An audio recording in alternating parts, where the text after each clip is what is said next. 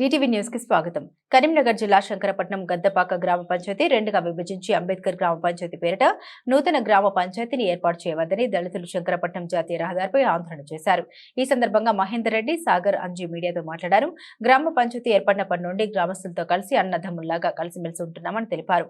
తమను గ్రామ పంచాయతీ నుండి వేరు చేసి దళితులమని చాకుతో అంబేద్కర్ నగర్ పేరిట నూతన గ్రామ పంచాయతీగా అధికారులు ఏర్పాటు చేయడం తగదన్నారు. అంబేద్కర్ నగర్ పేరిట ఏర్పాటైన నూతన గ్రామ పంచాయతీని గెజిట్ ను రద్దు చేయించాలని డిమాండ్ చేశారు. కాలనీలో కేవలం దళితులమే నివాసం ఉంటున్నామని, ఒకే సామాజిక వర్గాన్ని గ్రామ పంచాయతీగా ఏర్పాటు చేయడం తగదన్నారు. ఇన్నాళ్లు గ్రామస్తులతో కలిసిమెలిసి ఉంటున్నామని అన్నారు. అనంతరం శంకరపట్నం మండలం ఎంపీడీఓ కృష్ణప్రసాద్ కలిసి వినతి పత్రాన్ని అందజేశారు. ఈ కార్యక్రమంలో గ్రామ ప్రజలు అధిక సంఖ్యలో పాల్గొన్నారు.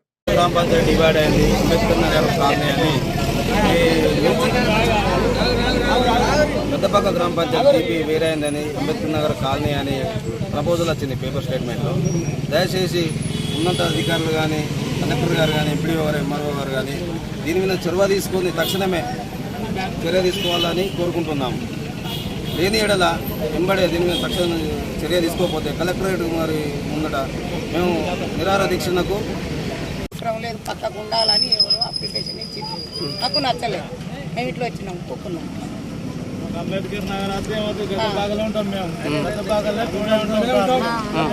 మేమందరం తోడుగా ఉంటాం, మేమందరం కలిసే ఉంటాం. ఏ కులాలు కానీ అందరం కలిసే ఉంటాం. కలిసికట్టుగా ఉన్నాం కాబట్టి ఇప్పుడు కూడా అట్లనే కలిసికట్టుగా మేము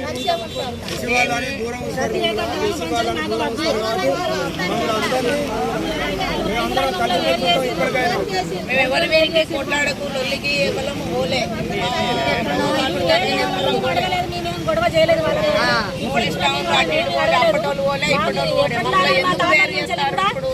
అందరం కలిసి ఉన్నాం, ఇప్పుడు కూడా అట్లనే కలిసి ఉంటామని కోరుకుంటాను.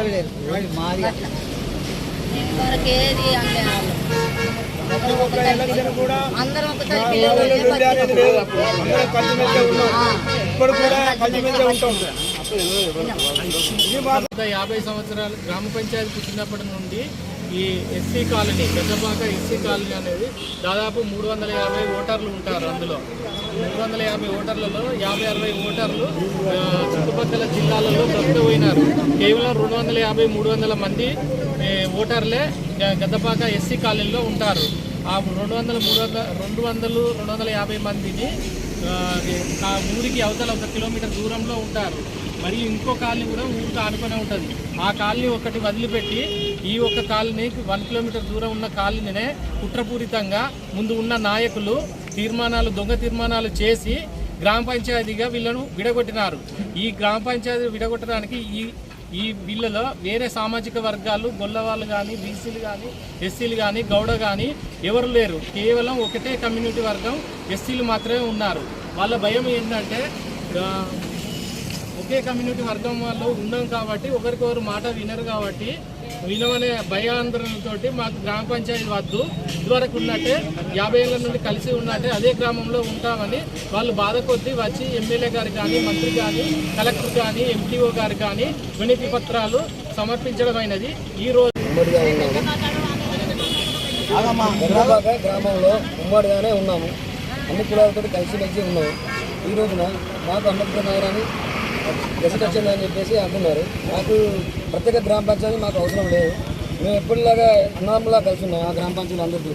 ఇప్పుడు కూడా అట్లాగే మేము కొనసాగుతాం. దయచేసి దీన్ని అందరూ అధికారులు కానీ, ప్రజాప్రతినిధులు కానీ ఎవరైనా దీనికోసం చర్య తీసుకొని మాకు తగిన న్యాయం చేయాలి. దీన్ని ఈ గ్రామ పంచాయతీని వేయడానికి గల ప్రధాన కారణం ఏంటంటే మేము దళితులం అనే ఉద్దేశంతో, వీళ్ళను దూరం ఉంచాలనే ఉద్దేశంతో మమ్మల్ని సామాజిక వర్గం అని చెప్పేసి ఈ 350 ఓటర్ల ఒక్కరి అభిప్రాయం లేకుండా ఈ తీర్మానం చేసి ఈ గ్రామ పంచాయతీ చేసినారు.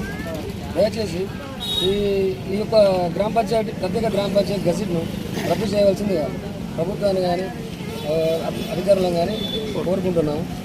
ఈ దళితులపై ఇది ఇంత వివక్షత, కుల వివక్షత ఎందుకు మాపై? మేము ఎవరిని ఏం అంటలేము కదా. అన్నదమ్ముల సోదర భావంతో మేము గ్రామ పంచాయతీలో కలిసి ఉన్నాం కదా. మా మీద ఎంత చిన్న చూపు ఎందుకు? దయచేసి అందరూ దీన్ని మీరు